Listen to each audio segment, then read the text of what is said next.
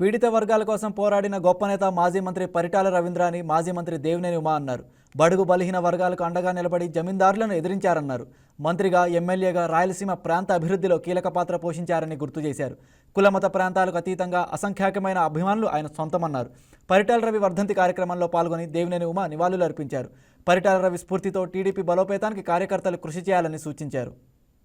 రాజకీయాల్లో కానీ అనంతపురం జిల్లా రాజకీయాల్లో కానీ ఉమ్మడి ఆంధ్రప్రదేశ్లో పరిటాల రవి గారి తెలియని వ్యక్తి కానీ కార్యకర్త కానీ తెలుగుదేశం పార్టీలో లేరు.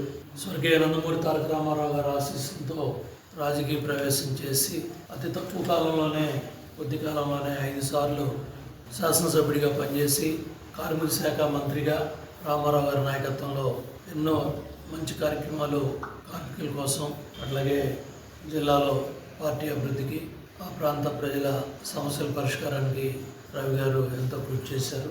ఆయన తండ్రి రామలయ్య గారి మరణం కానీ హత్య కానీ అలాగే తమ్ముడు హరి ఎన్కౌంటర్ కానీ ఆ ప్రాంత భూస్వామ్య రాజకీయాల్లో ఎదురు తిరిగి బడుగు బలహీన వర్గాల పట్ల ముఖ్యంగా ఎస్సీ బీసీ మైనారిటీ వర్గాలకు అండగా నిలబడి ఆ రోజుల్లో పరిటాల రవి గారు మరి ఎంతో స్ఫూర్తిని ధైర్యాన్ని ఇచ్చారు.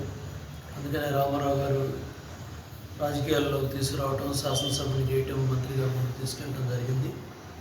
అట్లాగే చంద్రబాబు గారి నాయకత్వంలో కూడా ఆయన శాసనసభ్యుగా సీనియర్ శాసనసభ్యుడిగా పనిచేశారు.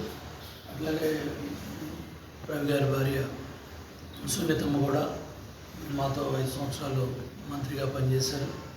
అట్లాగే Sriram. Please subscribe to YK TV Network. Please subscribe to YK TV. Please watch YK News. Don't forget to subscribe YK News channel.